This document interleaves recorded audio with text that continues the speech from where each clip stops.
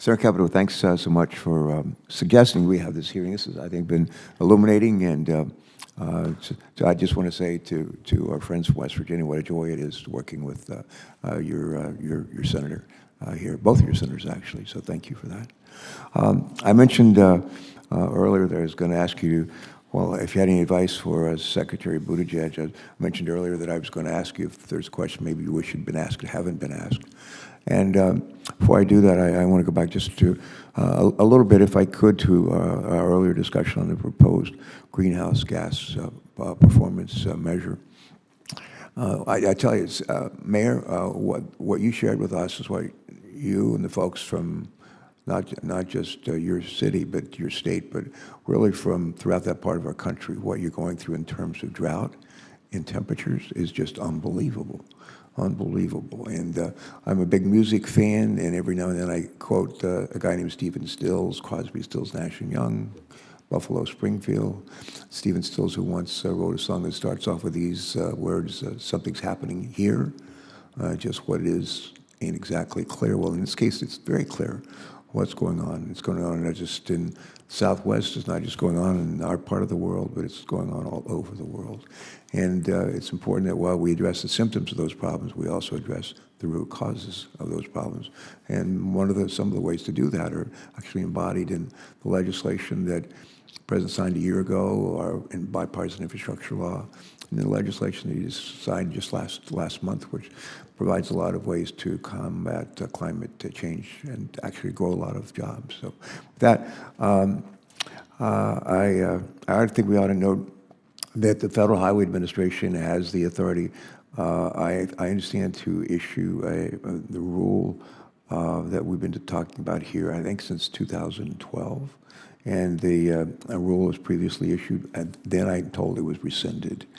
So they've had the authority, issue the rule, rescinded the rule. It's clear that we got to address transportation emissions, which are, as you know, the largest source of emissions, carbon emissions, and greenhouse gas emissions. I think it's like 25–30% of our greenhouse gas emissions are from the cars, trucks, vans we drive. Maybe another 25% comes from our the generation of electricity number, maybe 20% or so from our cement plants, steel mills, and so forth. But it's clear that we got to address transportation emissions. And I hope that the infrastructure bill that we passed and enacted and funded and is now being implemented will help our states reduce emissions. And I believe the rule gives the states the certainty they need, and we want to make sure that there's a follow-up with respect to the flexibility that you need. Now, for advice for Secretary Buttigieg, I still call him Mayor Pete, and actually I call him Secretary Pete. And he says, "No, you can call me Mayor Pete." So I'm not sure what to call him, but we find he's pretty good to communicate with, pretty communicative and responsive and so forth. And I think it comes from being a mayor, and that's always helpful. But I'd just like to ask each of you, and Mr. Trump, let's just start with you if you'd like. If you could give Mayor Pete / Secretary Pete maybe one piece of advice that you might have for him and his administrators, and who are charged with standing up the new transportation programs of our bipartisan infrastructure law. If you have one piece of advice, what might that be? Well, first, I would say that the Secretary, I think, has been a tremendous ambassador for the administration in this area. I think he's been extremely well received and respected within the industry for the work that he's done here over the last year and a half. I would say my recommendation to him and to the folks that work with him is to continue to respect the fact that the transportation needs in each state are very different, and providing them the flexibility to be able to address those needs in the way that best suits that particular state is an extremely important part of this bill and of these programs. It's really been the foundation on which the federal transportation programs have been built over the last 50, 60 years. It served it extremely well during that time period, and I think it will continue to serve it well in the future. All right, good, thank you. Secretary Riston, if you could give Secretary Buttigieg one piece of advice with respect to actually implementing this law, standing up, and what might that advice be? I think my advice to the Secretary would be to surround yourself with the very best people that you can get. If you walk into a room and you're the smartest person in that room, you're in the wrong room. And that's what I would say to them. I've never walked into a room where I was the smartest person anywhere. My wife, I always said these folks on our staffs and my colleagues have heard me say too often, I surround myself, in terms of why I've had some successful in my life, I've always surrounded myself with people smarter than me. My wife says, it's not hard to find them. So, all right, Mayor, same question. Thank you, Mr. Chairman. I would say once a mayor, always a mayor, so you could go ahead and call Mayor Pete. Mayor Pete, I'm really happy that he's the head of our Department of Transportation for our nation. As a fellow mayor, he understands the intricacies and the needs of the cities. As mayors, we have to provide the services and balance our budgets and run our city smoothly to provide a quality of life for our residents. And so what I would say is that the direct funding to cities is extremely important because cities, a little bit different than state agencies, we have the capacity and we have the plans to institute the climate resiliency and climate adaptation strategies that will help reduce greenhouse gas emissions. So, for example, the city of Tucson, we have our climate and action and adaptation plan. We want to reduce greenhouse gas emissions to zero by 2030. And so direct funding to our cities with a federal funding is going to be super important, because just as we received the $25 million from RAISE for our bridge, we also received $12 million to purchase zero to no emission electric buses for our transit fleet. And so we have a plan. We know how to get it done. We would appreciate the Department of Transportation to be able to work directly with the cities so that we can layer funding to be able to deliver the goals that both the city of Tucson and the Biden administration and Congress have in this bipartisan infrastructure law. All right, thank you. Secretary Majeski, maybe a piece of advice for Mayor Pete, if you will. Sure. I would say this is a historic time. We are going to invest more in infrastructure than ever before.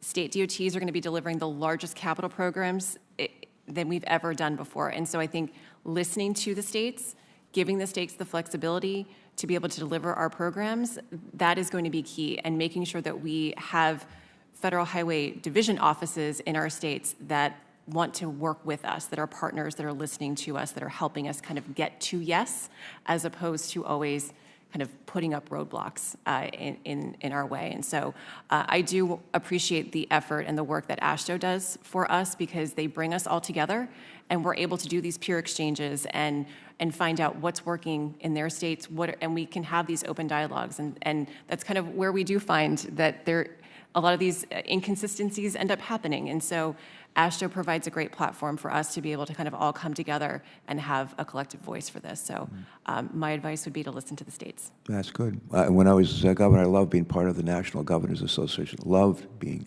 part of the NGA, and we learned a lot, shared a lot of ideas, a lot of initiatives with one another, and worked together. And I've always found that that's a big part of what AASHTO does. And it benefits us, and I know every other state as well. So this is just an opportunity for us. Add any thoughts or comments you have.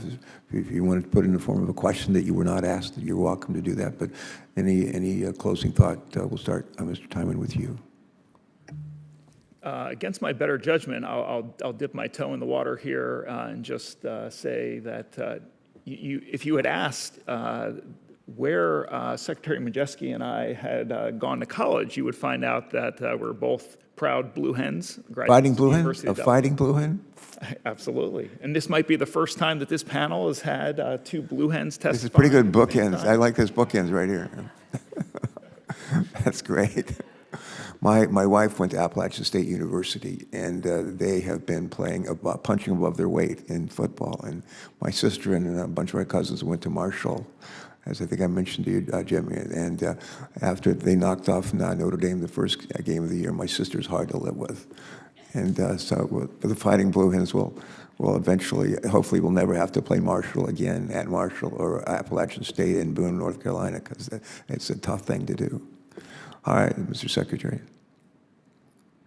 I guess the last thing I'd like to leave the committee with would be, we've all received grants. I have recently received $16.2 million for a project in Wheeling for a streetscape project.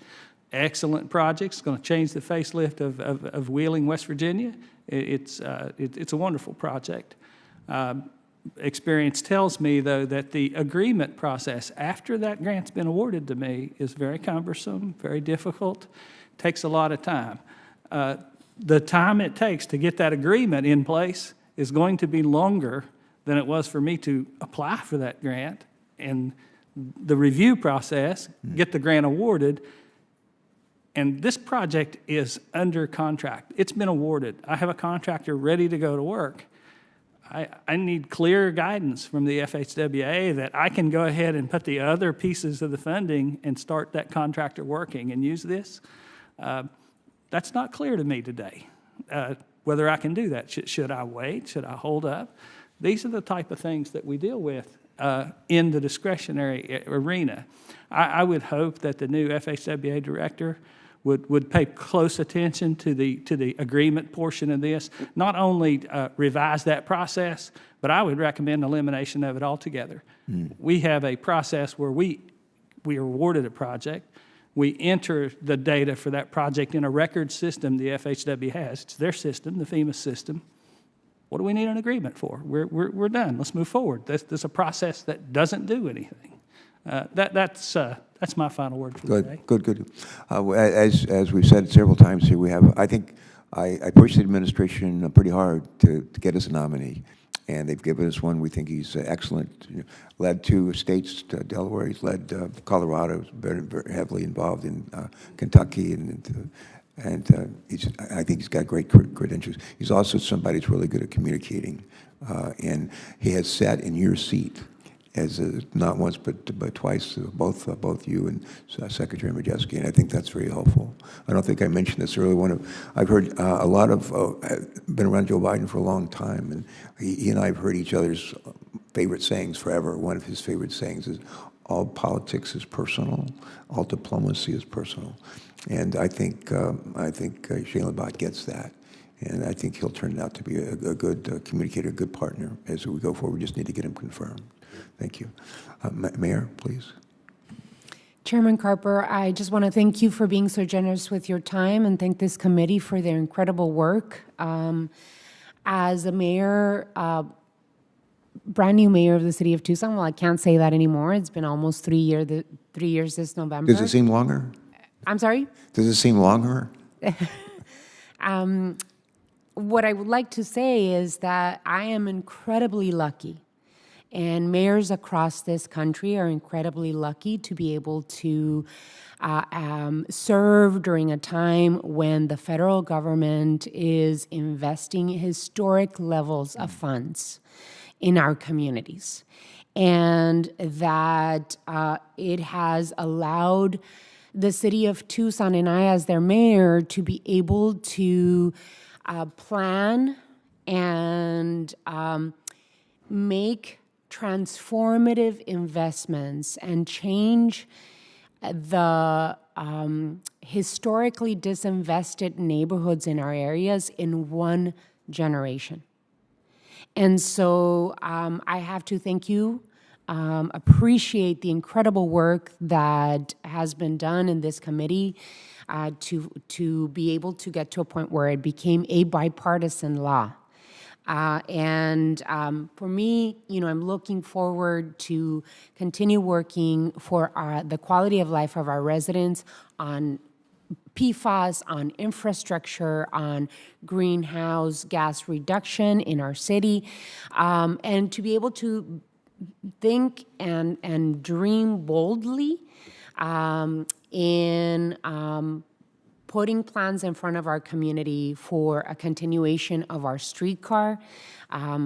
That's the next step for us, right? To be able to think big, think bold, and think transformative in terms of the investment that this law can put on the hands of our cities, where we can do transformative change in just one generation. So I just want to thank you all for your hard work, and the Biden administration for believing and investing in cities directly and in the infrastructure of our nation.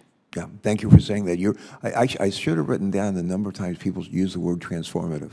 Almost every witness has, and it really is transformative. And I think we're really fortunate to be in this situation. It's tough to be in the situation with climate change and global warming, the crisis we have. That's tough.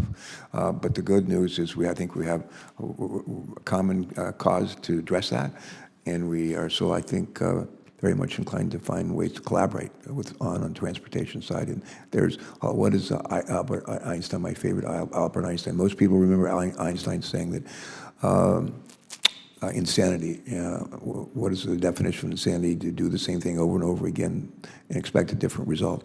A lot of people have heard that quote. Not so much my favorite Einstein quote, in adversity lies opportunity. In adversity lies opportunity. We face great adversity, but there's real opportunity here. We're going to realize that opportunity by the kind of collaboration that I think we're all committed to. The last word, and then I'm going to have a little bit of a closing statement. But Secretary Majestic, wonderful to see you. Thank you for your leadership, and thank you for bringing that wonderful member of your team sitting back there in the first or second row. No, thank you again for the opportunity to be here today, and for the constant support that you and our entire delegation have given us in the investments that we're making across our state. I again would be remiss if I didn't close with talking about safety. Every presentation that I have been doing for the last almost year now, I start that presentation by showing our fatality chart, and I get that updated chart once a week. And we are constantly having to drive home the message of safety and the importance that this is not just a DOT issue, this is everyone's issue, and that we need everyone's participation and help in reducing the number of roadway fatalities and serious injury crashes that we're seeing on our roads. So we're very grateful for the additional focus that the Bipartisan Infrastructure Law has put on safety, because this is not something that's going away. It is going to be at the forefront of everything that we do, every single DOT, and so having the support for Congress to provide us with the funding and the resources that we need, we're very grateful for that. So thank you, sir. Yeah, thanks for mentioning that there. Senator Capito and I and our team, our colleagues on this committee, are blessed with wonderful staff members. And one of them, a woman sitting over my left shoulder, who's looking up now, has just focused again and again and again on safety and making sure that when we write legislation, big bills or even not so big bills, that we have a huge focus on safety, and it's needed, and that's part of her good handiwork. Well, let me close by again thanking all of you for joining us. It's been illuminating and I think enjoyable. It was just great to be back and I was talking to Secretary Wilson. Just great. We had a family reunion back in Beckley, West Virginia last month to celebrate my 100th anniversary of my mother's birthday and my 130th anniversary of my grandmother's birthday. They're both born on the same day, August 18th, and so wonderful to ride through West Virginia and be back in Raleigh County, where one of my great-great-great-great-grandfathers was a co-founder of Raleigh County, and I got to speak at the church where there's a little boy used to go to church with my grandparents who wanted me to grow up and be a preacher.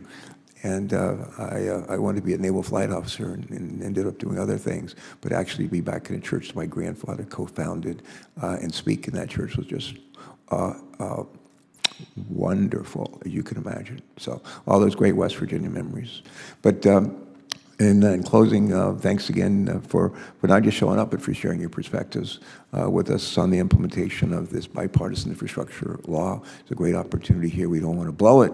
And one of the best ways to ensure that we don't is to find ways to collaborate and work together. A little bit of housekeeping before we adjourn, and I would ask, I love this is one of my favorite parts of hearings, when I get to ask for unanimous consent to submit statements related to today's hearing in the record, and there's nobody here to object. So I get to say without objection, and nobody objects. That's good. And seriously, senators are going to be welcomed and invited to submit written questions for the record through the close of business on Wednesday, October 5th. Wednesday, October 5th. And we'll compile those questions. We'll send them to each of you. And we ask you to reply by Wednesday, 2 weeks, Wednesday, October 19th, please. And I think, is that it? With that, I think it's a wrap. Thank you all. Have a great rest of your day, and we'll look forward to seeing you soon. Thank you. Hearing